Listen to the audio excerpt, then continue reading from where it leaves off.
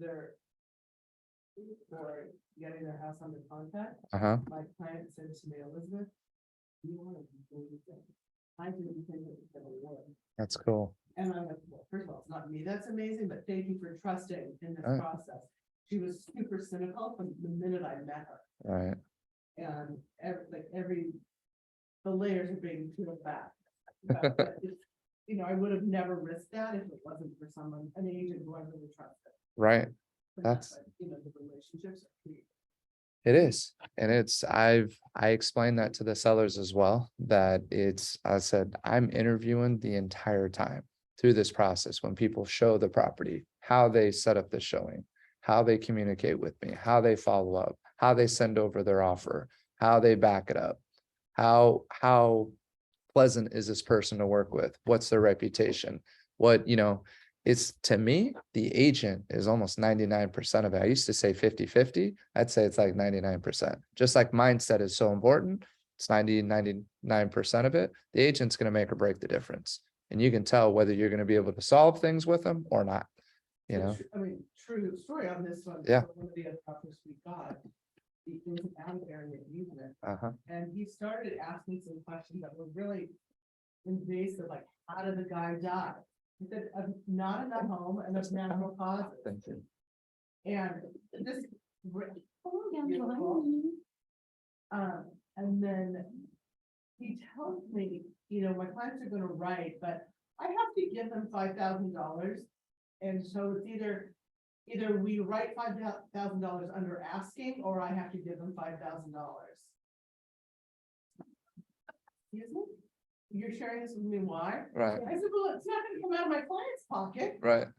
And he said, well, and then also the washer, dryer, refrigerator are included. I said, I specifically put on the MLS, those are not included. Right. I wrote excluded. He goes, well, I'm gonna have to buy the new ones. And I said, dude, that isn't on my client. So Right. then he submits an offer slightly under asking. Right. He said, because I'm gonna have to, and I said, well, will your clients come up? He goes, only a couple $1,000. I said, well, then that's not gonna work. Right. So then after a few days, I mean, that was it. It's not gonna work. He said, well, what's the status of my offer? I said, you said it could only come up. It's not gonna work. Right. He really thought he was gonna get a counter offer. Yeah. I was like, dude, Yeah. you're. That's what I'm saying in terms of, a lot of agents don't understand what kind of market we're in right now to start with, right? They're still stuck in, and I'm telling you, it's agents who've been doing this, the worst are the agents who've been doing it for a long time. And they're still negotiating like we're in January of last year, right? We're not in that type of market. You have to communicate with respect to your buyer's agents. You have to be much more receptive. You got to listen a little bit more. But what happens is we have agents over negotiating on both sides. Buyer's agents over negotiating, thinking that they got all the leverage, not realizing you're in a multiple offer situation on a premium property. If you hear when I teach in the home buyer class, I talk about bucket A, bucket B. The bucket A properties, those are the ones everybody wants. Those are the properties that are HGTV that are ready to go, that we know as agents, the second you walk in, it's going multiple, way over asking price because it's priced well. That's what everybody wants. So, but you'll have agents who are treating every property like a bucket B property that's been on the market for 30, 60, 90 days. And they're just like, well, we're not going to do that. We want, and I've never seen so many crazy credit requests on the last listing. $40,000 right out the gate on the initial offer. $40,000 credit request. But the buy downs are crazy. I know, it's insane. It's insane. But what's so crazy is that you can actually get the higher appraisals and get those credits. So we also, as listing agents, have to kind of change our frame of thinking of that, not just pricing it at market value and thinking, okay, this is all we're going to get. You got to leave a little space there between what it should appraise at versus where you're going to trigger offers, and then understand that you need some wiggle room for credits, because with the interest rates at where they're at, they're legitimately putting $20,000 to $30,000 down to buy it down on a 3-2-1 buy down or 2-1 buy down to make it so that this buyer can actually afford the home. So it's different. It's a different thing, but I'm telling you, most agents aren't there. And it's not trying to say that we're superior. It's just us having these conversations puts us at a more aware level of what's actually going on. That's why I want to talk about the market. That's all we're doing. So when somebody asks you the question, so, you know, Cassie, how's the market going, right? How are you going to respond to that? Ready for it? Buyer or seller? So let's say it's a seller, somebody who's thinking about listing their home, but they think that, well, I don't know if now's the best time to list. You know, I want to fix X, Y, and Z. What are some key points that you're gonna put on why to sell? Extremely low. What was that? Inventory is extremely low. That's the most important point, okay? So there's opportunities and there's not many homes for buyers to look at right now. Uh-huh. Do we know in Camarillo how many are active? Does anybody know how many Yes, active we- listings? That's 58. 58 active listings? Leisure Village. Take out either village and it's 38. Wow, Crazy. I just. 38. I know, I was like, Leslie, that was text it to me. That's, well, we all want to know that. So 58 But I active didn't take listings credit. in Camarillo, right? So this is key. When we say extremely low inventory, historically, what have we seen in Camarillo? Active listings. How high has it gotten to? The low numbers were close to the 58, right? I would This is, say 100, 200 right? At least. or more, Yeah. Right, so 100 to 200 historically active listings throughout Camarillo. Right now, there's 58 total. So when it hit its lowest points, it was around 40, right? That was the crazy market we had in that January I was telling you about. So when would be a better time to list your home in Camarillo than today? There is no better time. Don't worry about the interest rates. And that's the objection that they're gonna say, why not? Actually, we'll start with that. We'll do why not. Rates are too high. Where do I go to next?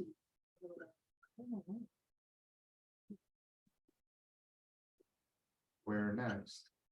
If they're local, Yeah. So that's what I was, because single family, if you take out leisure, like the 55 plus, yesterday, I think it was 17. 17, So, but single 17. family though. Single family with 3 bedrooms. Okay, I just did, just. well, we need to figure that out, because that's a big, important differentiator between condos and single family detached homes. Because again, another prime reason of why we want to list now. That's why it's important to door knock. That's why it's important to work open houses and put the urgency on the sellers that if you're even considering doing it, let us capture the buyer now with this current situation, get you the best terms possible, and you'll have plenty of time to be able to figure out the next step. And we'll protect you either through the home of choice contingency or through the rent back, either of those two options so that we can do it. Any other reasons to sell now? Well, I will just say that with the shakeup of the banks, Right? I know what today is doing. So this has been a lesson for me. Okay. I really cannot predict the future. Right? And anybody who tells you they can and they know where the market is going, that the market is gonna crash and Right? no, this has been, these are unprecedented times. Right? The only thing I can say with certainty is what is happening today. I am very concerned about what's going on with the banks. Yep. And what that's going to do. So I actually had this client, it's tenant occupied, their lease is up in June. We were gonna wait until June, until they were out and then fix up the house and probably get on the market in July. Right? I think that's too late now. Right? I'm really afraid. So I'm prepared to go back to them and say, we need to get this on the market now. Right? Because I don't know what's going on. Right? Yeah. So get on now while we know what's going on. 100%. Situation. So what did you tell them to go online? Well, it's so hard because the house is a mess with the people in it. It's awful. And the house doesn't show well, but I'm afraid, I mean. Could it make $100,000 difference? The uncertainty Absolutely. of people's finances. Absolute- The house is over $1 million. Yeah. From that, and you're gonna be tired of hearing the see me situation, right? But I'm gonna keep saying it's my one and only situation that I have recently, but it was a huge lesson. It was $100,000 swing from the previous listing agent who started at $950, worked all the way down to $850, got an $800,000 offer with a $40,000 credit, and the seller was paying $30,000 for solar, right? we ended up at 852. So again, you start deducting 8 plus 40 or minus 40 is down to 760, minus another 30 is down to 730. And they killed it. They're like 730 is too low. This is a seller before they listed with me, right? Then we listed 8, we get it up to 852. It appraised at So 852,000. your offer was at 850? We got an 852 offer. That's awesome. So 800, asking originally for 40,000 in credit, they reduced it down to 17.5 now in credit. So now we're really at about 835. Seller or buyer takes on the solar for 30,000. So add another 30 on top of that. So now we're at 860. Okay, so from 730 to 860. So we gave up 52,000 in credits, which is insane. Went from the 17 up to 52, still ended up at 800 plus took on the solar. So put them at 830. So 830 to 730 is the difference. $100,000 difference by listing at the right price, by staging the property with Cassie's help and making sure we had good photos and marketing it the right way. In terms of how we kept it open for the full week, even though people are trying to get us to wrap it up sooner, we let it go the full time because we already knew we were going to generate that opportunity at that price point. And is that seller so grateful? Oh yeah, they're over. I mean, he's over the moon and he almost killed the deal. He still almost did because the credit request was crazy, but I had to keep his head straight. And I said, look, you get another appraiser out there, they appraise this at 775. Even more than that. Not only do we have to deal with the garage that was unpermitted, that had a code violation. So now there's a notice of non-compliance out there, not on our title report, but on another title report that we found out. So I have to have that overcome, which was the biggest hurdle. Second thing was the square footage. The county had it at 2,100 square feet, has been charging them for 2,100 square feet the entire time.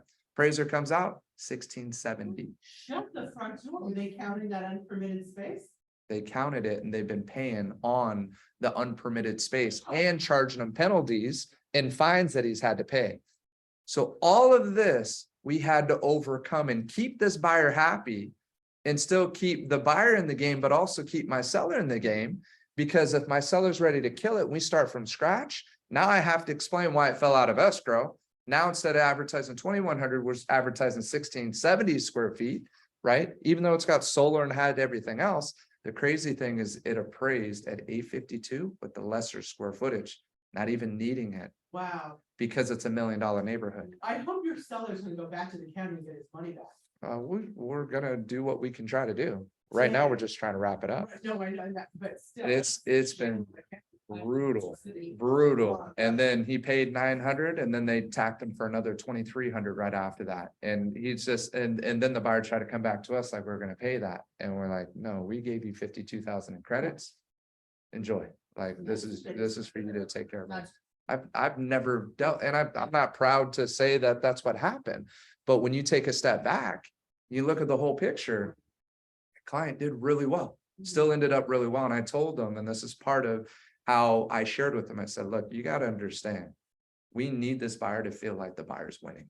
We need them to feel like they're winning. Otherwise, you got some other nastiness coming your way. Now, if they try to come at us for anything, we got all this signed off about square footage, about the non-compliance, about everything that's documented right here. Plus, they got a $52,000 credit. Good luck trying to get any sympathy there. We gave them 52K and it appraised at 852, right? So just insane. But the whole point is being open-minded, being a strong leader, listening to your client, but also knowing when to lead and have that real talk. And they're not always going to like you, but at the end of it, he knows it's the right decision. And so that's where we had to compromise because they wanted another 7K. They actually wanted 14 more and we went up 7.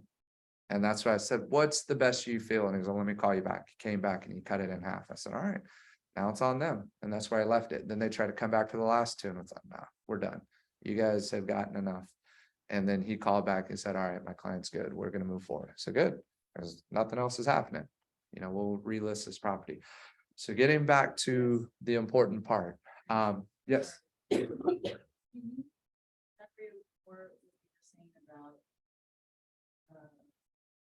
Okay, so the city came down because it was The garage was. So the garage was permitted, they started the permit process all before COVID.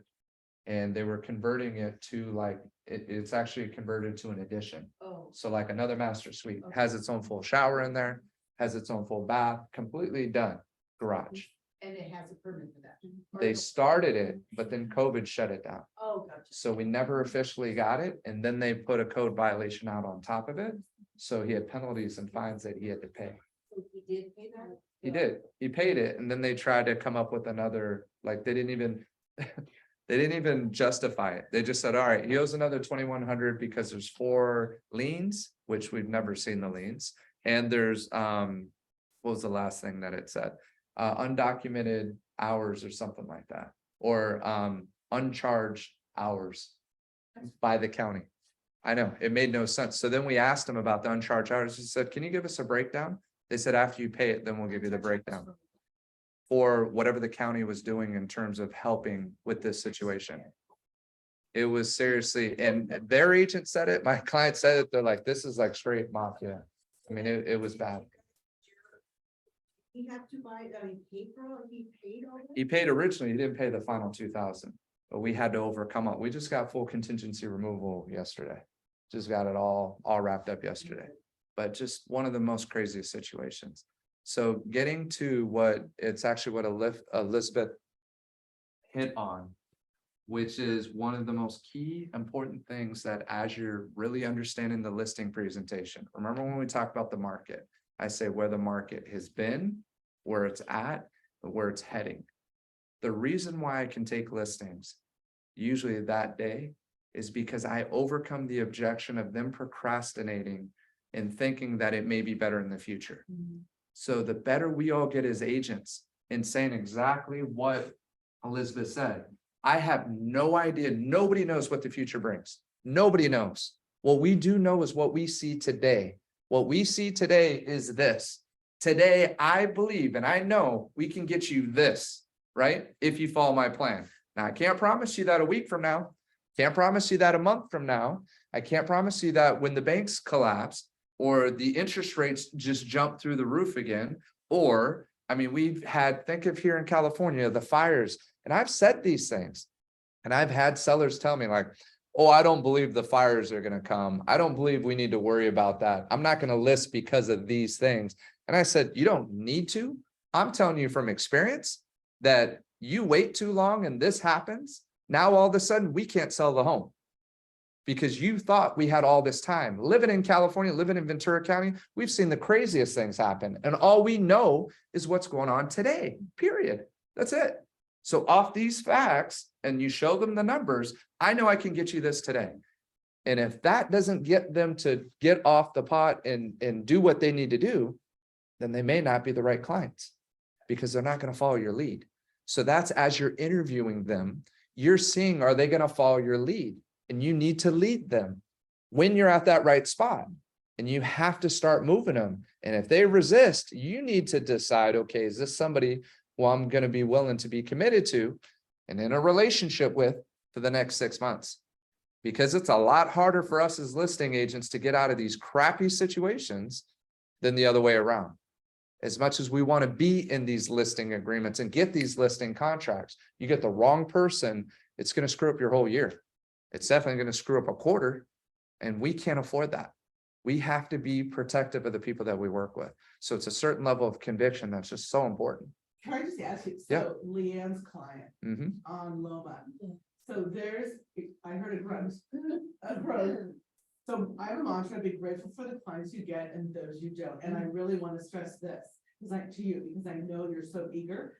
I mean, we all are to get clients, but if that client, she probably wishes she never met. For sure. The no amount of money is worth it. If you don't have, I love that you just said the seller, they have to be willing to take your lead. So this one on Willow Glen, I mean, she was her 9 house and she didn't want to see comps, she didn't want to see anything. She didn't want to see my listing presentation that I found in a hardback book. None of that stuff. Right. But then once she signed, and then I came in and I was staging it with some folks. It was so hard for her that she just said, okay, I trust you, you're the expert. They have to have that confidence. Yeah. They do. And I mean, I'm grateful that Leanne is learning this early in her career, Mhm. because, you know, too bad you wouldn't want to later on, but Right, if, I guess, I don't know, I'm just so passionate about what you just said, I love, it's huge. it has to be, I mean, I've especially. gotten more benefit and peace of mind from walking away from certain clients than I would have if I pushed you to close it. And I think it's hard when you're a competitive person. Yeah. You're like, I'm in it this far, I'm gonna finish this, I'm not That's gonna what it give is. up.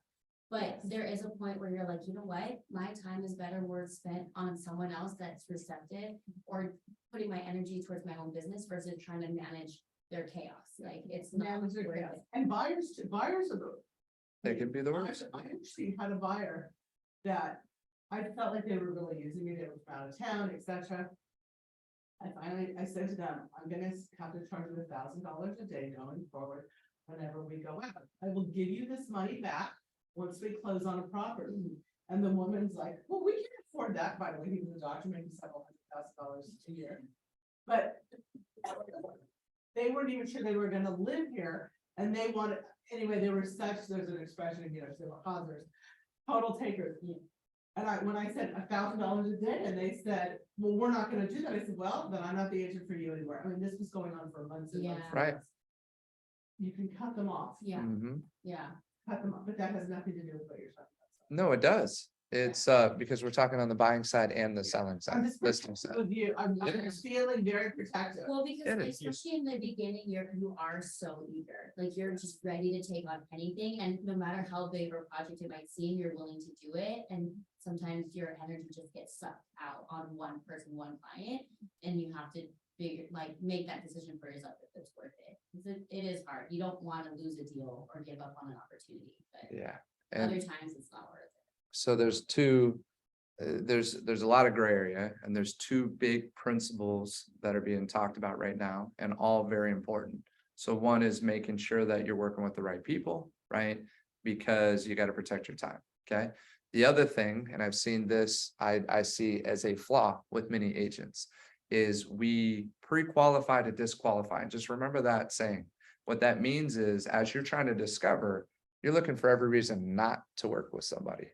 So you haven't even fully gotten to know them, but already out the gate, you're like, nope, not gonna work with them, not gonna work with them, not gonna work with them, especially early on. And I'd say this to any agent that's in our office, period.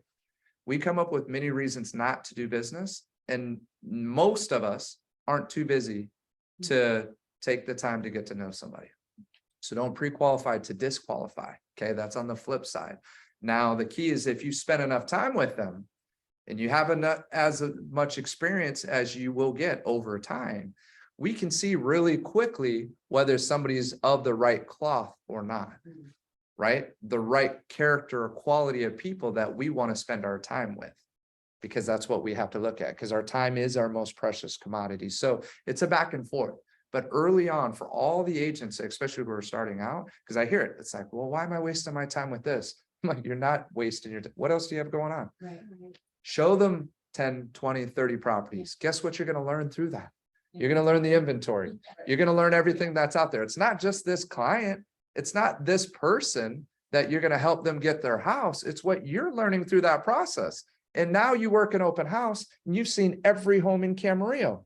Who do you think's the best agent at an open house now? The person who just showed 30 properties, or the person who's been doing it for 30 years, who hasn't sold or shown anything in 6 months? Who's stronger? The one who just showed 30. You see what I'm saying? That's how you learn it. So it took a while to figure that out, that nothing's ever a waste of time, that nothing's ever, oh, well, that person just used me and I got nothing out of it. You're going to do a lot of free stuff. You have to, this is one of the things an attorney taught me, guy who's mentoring me. He said, once you become an attorney, you're going to continue doing a lot of stuff for free. Just remember that. And it's the same thing with what we do in our business. You can't count tick for tack. You just do because that's what you do. And you're going to learn in that process. Okay.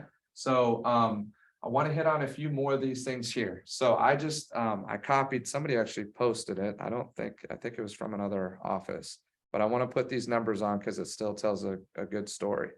It's Remax. It could have been. It was one of the car updates. Yeah. I saw Remax did present. or put something up there. So active listings, they had 45 for Camarillo, California as of February 2023. So they had 45 for February. They put sales to list price percentage was 100%. So that's down. It was up to like 104. Yeah. So list price to sales price is right on what it's being listed at.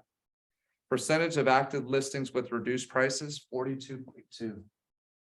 So 42.2% of the listings reduced their price. Is that for Ventura? This is just Camarillo, median price, $767, down 7%. 7.3%. Home sales, only 25 sold last month. So that's down 22%, 21.9%. Down. And the sad thing about that is the media, with the way they present it, they're saying home sales are down. What is that, 24%, or what did you say, 200, what was that percentage? That home So, sales are down? the home sold, 25 sold, 21.9% down. So we're hearing the market is down 22%. Right, So people are like, oh, there are no buyers. There's no inventory. Right. We have to change that narrative, like. right.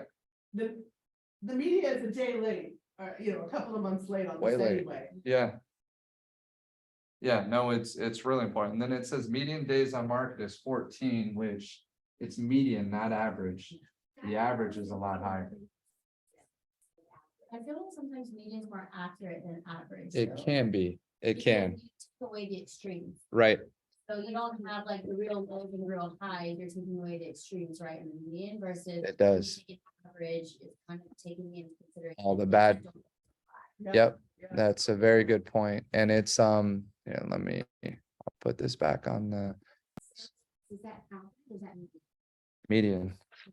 Yeah, median price at 767. Average sale price would be like 900 plus. Yeah. So this is for Camarillo. It's up there now, so it's hard to see, but you have, for the median sales price, they actually have 673, 389. Average sales price 716. This is for February in Camarillo, But that includes condo, townhome. everything. But their average days on market is 49. Their median is 26. So I have no idea where they're getting 14 on median days on market, because that's not even close. Well, It's coming from car. Okay, so that could be it, 14 days. But we're looking at right now 49 and 26. So 49 days on the market. Okay. So can I ask Brandon, Uh-huh. is there a way that we can get, like Remax did, Uh-huh. a graphic, a social media graphic Uh-huh. every month? Of a snapshot, Yes, Of Camarillo. please. because this is what I can take. Uh-huh. Because I get in my own way, and that's my biggest issue. I am in my own way Right. to produce something like that. I Mhm. know for sure.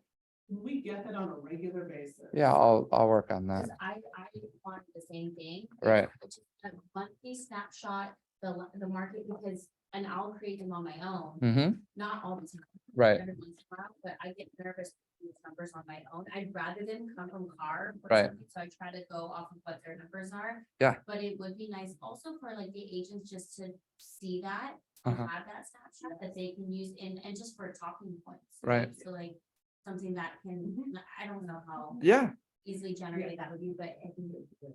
yeah. So this is Well, on, try to work. but Yeah. a graphic, Same number? What's that? Are these the same numbers? These Yeah. are off of the photo. Yep, this is what was just shared. So Right, this, okay. yeah, so this we have access to.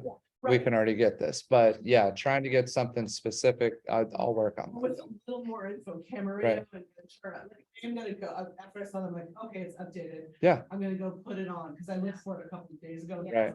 Okay, Yeah, to show Jan, anyway, so I'm gonna post something like this, but if we could do something like this on monthly, That'd be for great. Ventura, even single Even if family it's and just an condo. email. Right. and Sent out to you. with the numbers. Ventura County one as well. But if you could do it in a graphic for social media, mm-hmm, it would really help right, your agents. You don't want to use this? I want a Century 21 Yeah, brand. then- Oh. Yeah, yeah, yeah.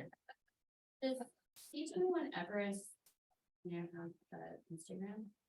They do. Who Yeah, runs but- that Instagram? George. I'm like, who does it? Cause I don't even know who. We'll figure that out. We'll work on that. I'm I want to curious. talk about the numbers real quick, just to make sure. Oh, great, I'm on the big screen. Watch out. Oh, my God. I know. Okay. So just in terms of telling the story, right? So the big thing that this points out with the 49 days. Actually, I think I got it backwards on the median and the average. The average is the bigger number. And the 14. median, 14 is median. they have 14 median on here, but average. They have 26 on there too. So we'll just go with the average of 49. That number is still important, and what we want to differentiate between is, again, there's bucket A, there's bucket B. Bucket A are the homes that are gonna sell. That's gonna be closer to your shorter, your 14 days. So if your home's going into escrow in the first 2 weeks, you priced it right, it's getting the right type of activity, you're doing that. If you didn't, and I'm just because it's easy for me to remember, I'm gonna keep saying the bucket B properties. Now your average is getting closer to 50 to 60 days, and that's common in Camarillo, Simi, Thousand Oaks, all the different areas. It's getting closer to 2 months on the market is the average, okay? So those are the homes that aren't selling though. Those are the ones that are reducing. So the other thing that I make sure that the seller knows is the average home reduced by 5 to 6% last year, 5 to 6%. So you do the math for them and they see that if you misprice it, and that's the intelligent pricing, it's gonna cost you, if it's 800,000, roughly $45,000. So if you start at 850, now you're gonna end up around 800. But if you start at 8 and you get it to that sweet spot, and that's what we keep referring to, because nobody knows, nobody has a crystal ball. Nobody knows what the home's gonna sell for, not until we put it on the market. We have strong opinions. We got our professional opinion that we feel pretty good when we're right about it. When we get the action that we're looking for, but you don't know until you put it on the market. But what we can do is after we see it, and I've had top agents tell me this 3 years ago, 4 years ago. Yeah, but doesn't that make you look bad to reduce the price 4 days after you listed the home? Like, you can't do it then. You just listed the home. Doesn't that make you look bad? I said, because you put too much focus on the price. I said, you need to explain it in another way, that there's a formula to this. There's a way that we know, we have proven systems that based on the amount of showings that are being set, we know if we're close to the sweet spot or not. And if we're not, we need to get the price down. And I can figure that out typically in the first weekend. Normally I can. So if I'm stressing it as an agent, because the phone hasn't rang since that home hit the market especially on a Monday, Tuesday, Wednesday, and now we're past a weekend and we haven't set a single showing, we're overpriced. So if I can figure that out in 3-4 days, I'm dropping the price. They're like, but doesn't that make your seller look weak or desperate that you've already dropped the price that quick? It can. But what's more important is that you show up on that hot sheet and that price starts attracting buyers and you start getting showings. That's what's going to happen. So that's why the intelligent pricing is so important up front, because we don't want to chase the market down. And that's what you want to show those stories. So I think that all makes sense there. I wanted to talk a little bit more on the selling side. And I know I've been trying really hard not to put any of you on the spot. I hope you all appreciate that. Yes. You do? Close group, we're good. Yeah. All right, good. So we can do it. So buyer wants to buy right now. I'll start, Steve, you're a new guy here, okay? So buyer wants to buy right now or is hesitant in purchasing right now. What do you share with them? Yeah, so I'm a buyer. I'm a friend of yours that says, yeah, we're gonna wait till the market crashes. I hear the market's gonna crash. We're just gonna wait. So what questions do you want to ask? How do you respond to that? That's where he got his information. That's a good thing. This idea of why he's deciding to wait for a crash. That's good. That's a great way to start. So where did you hear that from, right? So after that, what's another good question that you would want to ask a potential buyer? Why is it important to wait until a crash? Because you can buy now and refinance it. It's true. So that's great. So why is it important to wait? I'll flip it on this side. So why wait? What else? What other questions? Remember, your goal is to understand everything that's going on in that particular buyer's head. And you want to know why they're hesitating in committing. And our job as a good leader, as a good agent, is to help people self-discover by asking good questions that why do they want to own a home? Right? That's really the root of it. There's a reason why they're even considering buying a home. Let's get to there, not their excuse of why they're not going to right now, but why is owning a home important to you, Steve? For you, Steve, owning your home, why would that be important to you? Financial achievement, saying, yes, this is mine.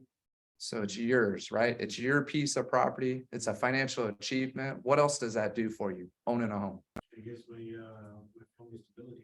gives you stability, gives you control of your future. Nobody can kick you out of your house, right? There's a landlord that can say, hey, 60 days notice because we're concerned about the banks, right? Or we're concerned about Thomas fires, or we're concerned about the market crashing, or whatever else is being pumped into everybody's heads right now, that everything's going to fall apart, the recession, right? Job loss, all these other fears and things. So if you want control over it, how would that be worth paying a price? 100%. So we have to get them back to that space. We got to get them to self-realize, why do I want to own a home? Why is it so important to me? Have you ever heard somebody say, I don't know how I'm going to do it, but I'm going to figure it out? And I tell you, when I say I'm going to do something, I'm going to do it. I just heard this conversation days ago. They could care less what's going on with the rest of the world or the news or everything else. What's important is for this particular person to own a home, and they're looking at 1.8 million, right? It's a different, and I don't think it's his first purchase. I think with this particular fiance, but the whole point is it's a mentality. Not everybody believes what we think they believe, that nobody wants to buy right now, because that's not the case. There's opportunities. So great job. Nice job. Anything else anybody else would add to that situation, just in terms of what questions would you ask? So get them to focus on why owning a home is important. What other focal point do you want instead of worrying about the prices coming down? Tax advantage. What else? Tax. You're paying into your own equity instead of the landlord's. So paying into your equity. So it's investment, right? And it kind of goes back to what Elizabeth said, you know what you're getting into now, you know what your finances are now versus if you were to wait and what interest rates do and what housing pricing does. I heard something the other day, isn't it better to know what it is today? Yep. And hope that it goes down, and then it doesn't, and it goes up, and if you wait, you miss out, and you're gonna wish that you bought when it was at 7% versus 8%. Right. And you could always refi. Right. So, don't, if you're waiting, you're gonna, for that, what is that Yeah. perfect number? Right. Buyer, what is so important to you about getting that interest in, 6%, or what is that magic number for you? Because It is. That's it. So those are the things. So it's payment and money down. And if they don't have money down, there's help out there right now that you could take advantage of and get your offer accepted now that you couldn't a year, 2 years ago. Now you can get that done. That's the reason why you buy. You have to remember that buying and owning real estate is even better to say than buying real estate. People want to own. They don't want to buy. They've been sold. They've been duped. They don't want to overpay. These are their fears. Their fears is the market's going to crash. We all know that the only way that you create true wealth here in the US is through real estate. I'm not saying it's the only way, but it's a tangible way that you get to live in that property, that investment, that over time you're going to win as long as you do it the right way. and even if the market crashes and you're living in the house, it doesn't matter if you're not planning on selling it. Right. And I had a lender, Faye Moran, she moved into a beautiful home, and I said, what are you doing with your other house? You're gonna sell it. She's like, oh no, we never sell our homes. Right. She's rolling in it, Yeah, rolling in it, and I can just tell you from personal experience, owning real estate versus stocks, I wanna be able to control it. Right. Right, I want to control it. One of the, what we saw a speaker one time, she was a brokerage down in LA, and she had a line that I've always used. It's not about when you buy, it's when you sell. yeah, So long as you're comfortable with it, then it doesn't matter what the price is. It doesn't matter about when you hypothetically might want to sell. You don't have to, right? So I've always hung on to that because it's so simple. It's not about when you buy, it's about when you sell. yeah, So that's perfect. Right. And there's a lot of people that say they'll never sell real estate. If you're in the position to be able to hold on, hold on. In the long run, you're gonna win. That's why I can speak with conviction when I'm speaking to a buyer or anybody who's thinking about buying. I know the more people I help get into home ownership, that I'm doing good by society. I know that as long as I'm setting them up for success. I'm not setting them up in a situation where they can't afford the home in 6 months from now because the interest rate's out of whack. The ones that get a little questionable is the 3-2-1 buy down and the 2-1 buy down, just because we don't know if they're going to be in a better situation 3 years from now. We don't know if the rates are truly going to come down. Nobody knows. So the last thing I want is for them to not be able to afford the house. And in 3 years from now, there is no guarantee that the market's going to be higher or worth more than it is now. Now, with that being said, everybody thought that in 2018. Everybody thought 2018 was the peak. And everybody who sold and cashed out then lost out on so much appreciation because nobody knew it was coming. And that's why if anyone tells you they know what the future is, I don't care. if they're They don't. brilliant Harvard economists, nobody is predicting this correctly. Nobody knows. It's, And there's too many variables. this is unprecedented, what is going on. Like, I surrender and I only know what's happening today. Yeah. We only know that, and the most important thing to watch is those active listings. So as long as it, just remember, every conversation for the buying side, every conversation from the listing side, it's all, the reason to do it now is because you have less competition. For sellers, you have less competition. For buyers, you have less competition. What's gonna happen when the rates get better? Everybody's gonna come back in. And if we think the market's already crazy now, that people are paying ridiculous prices now, what do you think it's gonna be when the rates improve just a little bit? It's gonna get stupid. So you don't want that. So that's these buyers that aren't committing. It's our job as agents. If you're showing property, you are not closing if we're not getting to it. So how do you become a better closer? And a better closer is better. That's what you need to be, because now you're helping people stop coming up with all their excuses and committing as long as you believe it's in their best interest. We can be more efficient, more effective. I talk about the shiny penny and I'll keep talking about it again now. What's the shiny penny? The best house within a given price point. So at 1.8 million, there's one home that's the shiny penny. At 700,000, there's one home that is the best deal on the market. We all as agents need to know it, and we need to show it as quickly as we can to as many buyers as we can, because it will cut out the crap. If they see it and they're ready for it, that's what a buyer buys, is the best home on the market for what they can afford at the time that they're looking. That's all it is. Elizabeth knows the house that I bought. It was the best home that was available at that given point in time. Luckily. Let it sit on the market longer. Got more my client, but when you got a buyer's agent who knows how to talk. Then I recruited her right after that. It was good. Yeah. It was a great experience. And the house is off and the kids are so thankful. So thank you. Danielle loves you. All right. You're always going to be one of her favorites. So Who do you know? it is who you know. It is who you know. Now she's seeing all the classes after the fact and it's like, son of a gun. Son of a gun. So it is, but it's so important. And these numbers are important. I know we were talking about market stats then. So just remember, so when you see the longer average days on market, it tells two parts of the story, which is good. You do have to paint, you have to put some fear in sellers, right? You have to show some complexities to it. You got to show them that not just anybody can list a home. So the beauty of all this, when you see that we are down and only 25 homes sold, yet how many were active? Let's just say it's 58. They had a different number. I think they had, was it 45? Yeah. They had 45 active, 45 active, 25 sold. What does that tell you already? Not everything is selling, right? There's 42% in reduction. That's right. And it's list price to sold price in terms of pricing. So they're not going way over asking price. Now they're selling at listing price. But even more important is the 25. So differentiate when you're pricing a home that not every home is selling.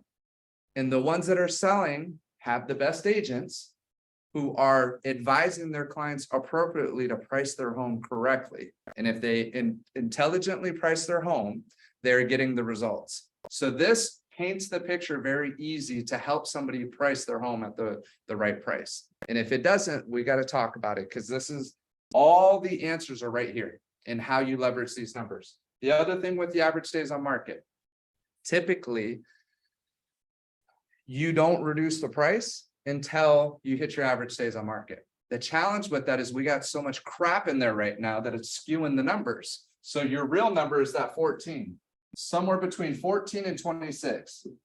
If you get past 2 weeks to 3 weeks on the market and you're not getting offers and you're not getting very much in showings, you're overpriced. And you need to do something soon within, in my opinion, within the first week to 2 weeks to get you to that sweet spot.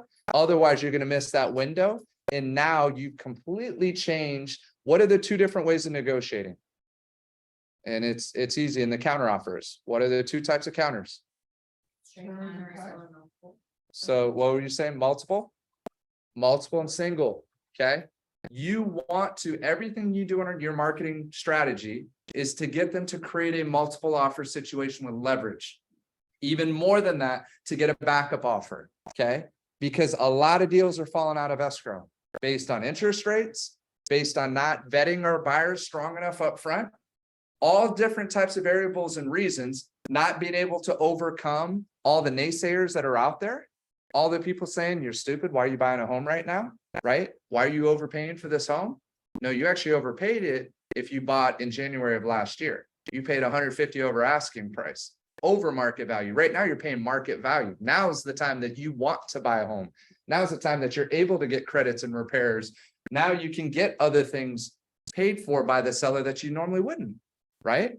So but we have to coach our clients and we have to be very in these tough conversations. And when they miss out on a home, you don't just shoot them a text or an email and say, hey, sorry, you missed out on that property. What do we have to do? We got to call them. If we can, meet them face to face, right? Just remember, bad news has to travel faster than good news. Everybody can say good news. Oh, you got your offer accepted. Yes, right? Got it accepted. You're the hero, right? Nobody wants to make that call. Sorry, you didn't get your offer accepted. You don't do it by text.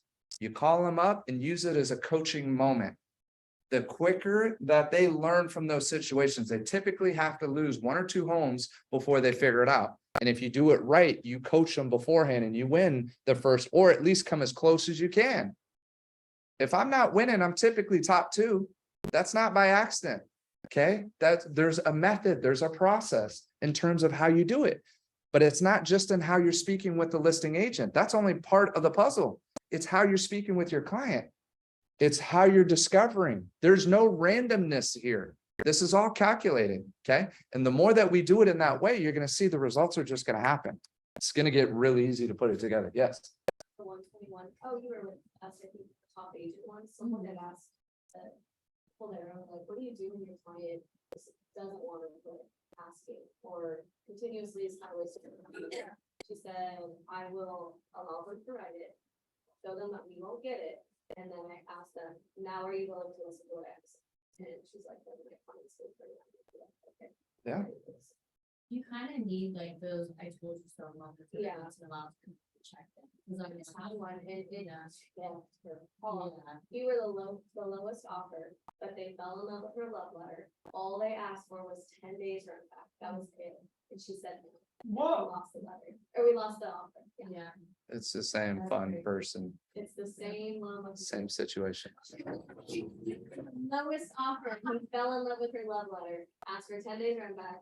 And she was like, I can't do that. I don't think I can do that. I'm like, okay, if that's how you feel, we won't do it. We'll hammer it out. And the agent was like, you have the lowest offer, but you love that letter. He's gonna die. It was his way of helping someone else in need. Because they didn't give the 10 days, we went with someone else. So piggybacking off of that point and what was brought up at 121, You have two real conversations with a prospect, buyer, seller, whatever it is. Two tough conversations where you lead them. And they say they want to do X, you're telling them Y and they're saying X, okay? You give them two chances. After the second one, you cut them off. And when it gets to that point, if they're not following your lead, and I share with them, said, look, I can't, if you can't be flexible with 10 days, then we're wasting our time. Because this is something that we need to find out a way to make it work if you truly are committed to trying to do it. But the issue isn't that. The issue is she's not really committed to anything. And that's the problem. So that's what we have to discover, and we have to figure out and get to where when we draw the line and they cross it, it's done. And that's your only solution, is to walk away. And it's also called a takeaway close too. I did it with a buyer who was trying to write 40,000 under asking at River Park. I was driving from Simi out to River Park when I was managing that office. Referred the guy. He was working with a newer agent, and newer agent, nothing was happening with it. So somebody plugs him into me and he's like, no, I heard all about you. I want to work with you. I want to do this. And he was asking the other agent was offering credits. So I'm waiting for that credit conversation to come up. Never comes up. Okay. But then I get an insight on a River Park property. Hasn't hit the market yet. We go show the place. He wants to write it 40 under asking. Hasn't even hit the market. And this is in a hot market. This isn't exactly to get in. So he wants to write 40 under, and he kept blaming his wife. And I'm just like, stop blaming your wife. I said, we're not doing this. I said, I've already done it twice for you now, and you try to write 40 under both times. So I do the real talk. And I said, look, I don't think this is a good fit. He's like, no, we want to work with you. Then he tries to threaten me. Then he says, oh, actually, the gal we met at the open house called me back. I said, that's great. You should work with her. Yeah. Right. And I said it exactly like that. He's like, no, I don't want to work. I said, then why are you bringing it up to me? And he said, well, I'm just telling you that people want to work with us. I said, good. I don't. If you're not going to follow my lead, then you're wasting our time and my reputation. When you go out there and I do you a solid and you're going to write 40 under, I said, this is a joke. Right. And I just told him, I said, it's not going to work. He's like, no, we really want you. I know you're good at what you do. And then so the next one comes up, and this one's on the market, been on for 9 days. And he's like, is it okay if we write 10 under? That was his next response, right? He was like, is that okay? Like, he's worried about me blowing up on him. And I'm like, no, that's a good offer. 10 under is good. We wrote 10 offer. We got it 5 under on that one. And it was on for like 9 days, but a completely different approach, only because I was ready to walk. It's like, don't waste my time. Don't waste what we're doing. We can coach you to success. This only works if you follow our lead. This is very important that you lead this way. I'm telling you, once I started leading this way, everything got easier. And I was pretty decent before that, but it got a lot easier. You detach yourself from the outcome. You don't care about the check. You truly don't. You can't worry about it. There's a lot of people that will never calculate a commission check ever, because it'll sway the way you act. It'll change your attitude, and you'll compromise your values for that paycheck or for that win or whatever the case is. So we have to figure that out. And it's the best lesson. At the same time, even with as crappy of a situation as you can deal with, there's always some silver lining, right? And because you're willing to endure, that's what I'm saying early on, a situation that may not be that pleasant. What good situations came out of that particular listing? What good ones? Let's just talk about just one of the opportunities. Santa Barbara, I'll lead you the way quicker. What's the Santa Barbara listing from that listing? $2.7 million listing. What's the purchase? 1.4. So 2.7 and 1.4, by dealing with this pain for over 6 months, she found, not only did you pretty much master the camera market because you knew everything that was on, right? But you saw every home that was in camera around that price point. What else did you generate from that potential listing? So that, I mean, just that one alone is worth it. The next door neighbor's lease came in, so she needs to sell her townhome right next to Pacifica High School, the newer builds, and then we're gonna be first. It's been worth it. Another It's listing. a pain in the ass, but everything I've gotten from that has been like, oh yeah, I do it again if I don't do better. So then it's figuring out how you compartmentalize it. And it goes from where you will have a standard that you will treat everybody like gold and do that. And I'm not saying to not do it, but you have to not let it affect you emotionally and personally, and you have to compartmentalize it. So now they become, and this is what one of my mentors taught me, is on now that's just a number. Now it's just get it done, close the transaction and protect yourself. Everybody else is a client. This person who's threatening lawsuits and every other thing, protect yourself, close the deal, get it done. Okay. And that's where you have to be, even if you care for them. And you don't let them know, and that, you know, you don't tell them that, right? But in your own head, you got to separate. Otherwise, it's going to drive you crazy, because most of us are empathetic people here and we care about people, and it will drain you. And that's what, if you're very empathetic, you will do really well around positive people, and you'll do really bad around negative people, because they will suck everything out of you. And that's speaking for personal experience. So that's why it gets so important to cut it as quickly as you can. But just remember, there's always good out of it if you can figure out how to do it. Now, you never take a listing to hope it sits on the market for 6 months. You take a listing because you believe that person's going to follow your lead. Okay. So I know it's been a lot, and I know we went over. Any other things you guys want to touch on? Go ahead. Okay. Absolutely. Yeah. For the buyer and using the numbers. Yeah. So if you were at the last home buyer class, right? What were some of the key points that I made about, like, what do you feel my objective was with that class? What was I trying to do? And there's a few things that I do, but I want to hear what your thought was.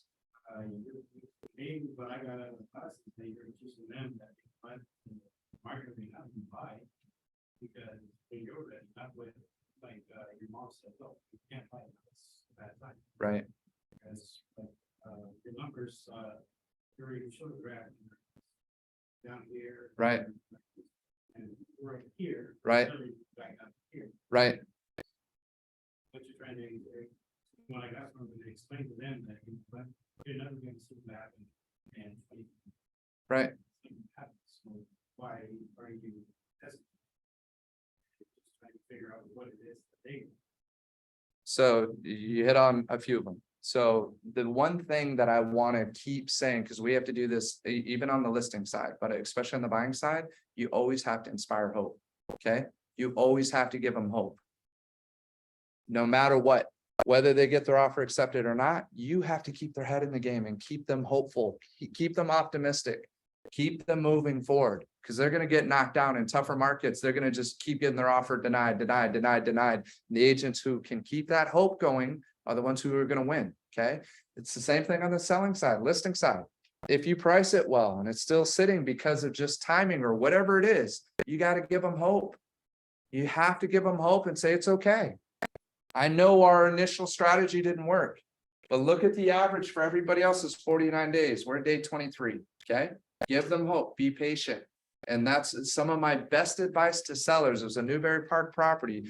I got him to pump the brakes and just hold and give me another 10 days. And in that 10 days, 2 more buyers came in, both wrote offers, and we got him the terms he was looking for. But he was very non-hopeful before that, right? So we always have to inspire hope, but we have to teach them to do it the right way. And it's to buy when the time's right for them, when they can handle the payment and the opportunity is there now. So these numbers, less competition. That's what I said, right? I said, you got about 30% of the buyers that are out there. If there were 100% of buyers, if there are 100 buyers, now you got 30 buyers that are out there shopping aggressively because everybody's intimidated by the interest rates. So when everybody's over here on the sideline, this is when you commit. And then now you'll get the house in the neighborhood you want, in the area you want. Yes, you're going to be paying a high value for it. Your monthly payment's going to be higher than you ever thought you would ever take on. But the good agent who can convince their buyer to take that jump, they're going to be the winner. And they're the one that client, they can look at them in good faith and know they're going to be okay. They're going to figure it out, right? Because we're going to do it the right way. So you have to be able to get people to commit when everybody else is backing off. That's the key. Yes. I would also add that I think now more than ever, it's important to have lenders that you work well with, that can guide your client, because it does truly take a team, especially on the financial end. they've had so many hesitations, and if you have the right mentor that can walk you through the pros and cons, and like, it's more of like information for them to be able to make their decisions. I think now more than ever, that is gonna be super important. Yeah. Because we can't always overcome these objections, especially if it's financially driven right, on our home. I think that there is some portion that should land on the lender, and it's worth it to do that together.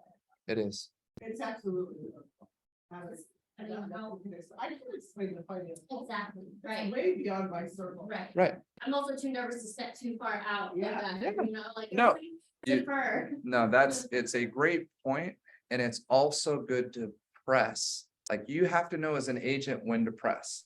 And the example is, I had this buyer going back and forth, pre-approved, ready to go, looking at a home in Fillmore. And by the time they finally were able to see the place, another offer came in. And this home had been sitting almost 30 days on the market, right? And we knew they were pre-approved. But I asked for a DU approval. The DU approval showed, this is a VA buyer, showed where their payment would be. Roughly, it was about 3,700 a month, which isn't bad.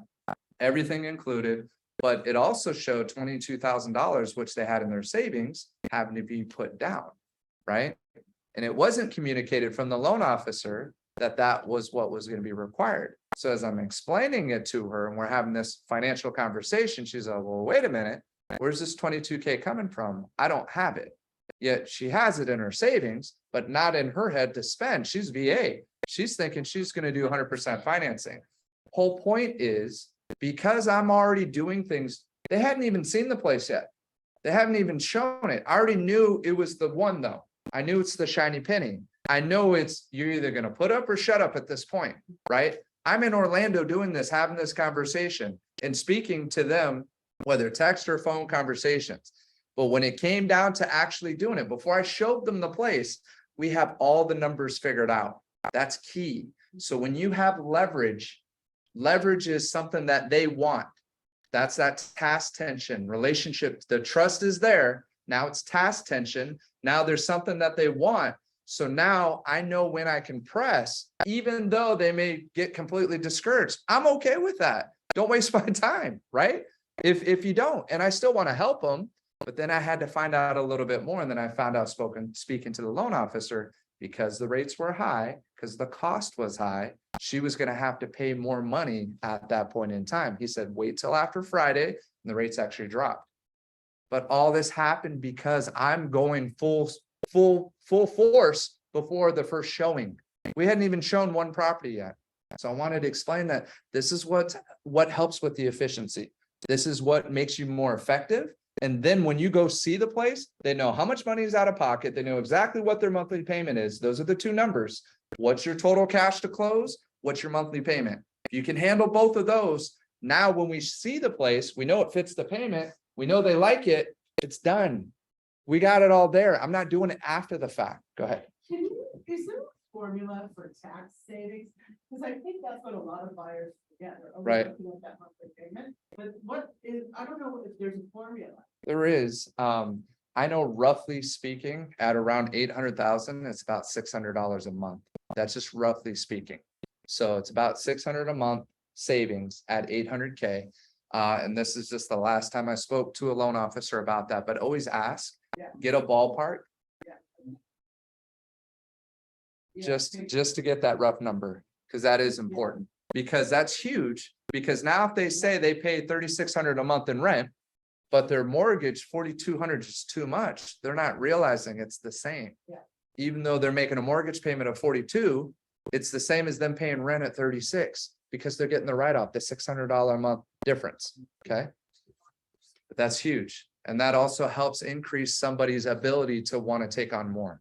So they're not so conservative to the point that they don't get there. But no, great point. One other question, I'm sorry. No, don't. On listings, this says 45. Right, Last year, positive almost 61%. right. That's for so Last year, last year. So last year, February, that was the crazy part of the market, January, February, March. That was when there was nothing on the market. Offers with no contingency. Right. That was that time. That's why it's showing that increase, which is crazy, because it's still showing it. It was. Okay. Yeah. Okay. So it's, yeah, I don't remember how low, and I still think that's off single family residences. It is. It can't be off total numbers, because total numbers, it was still around 40. Yeah, I didn't realize it was that low this time. I just wanted to highlight that our active, even at 58, and that's pulling everything, right? 58, that's as close to last year at this time as possible, meaning now's the time to list. But the thing is we're not the only ones talking about this right now.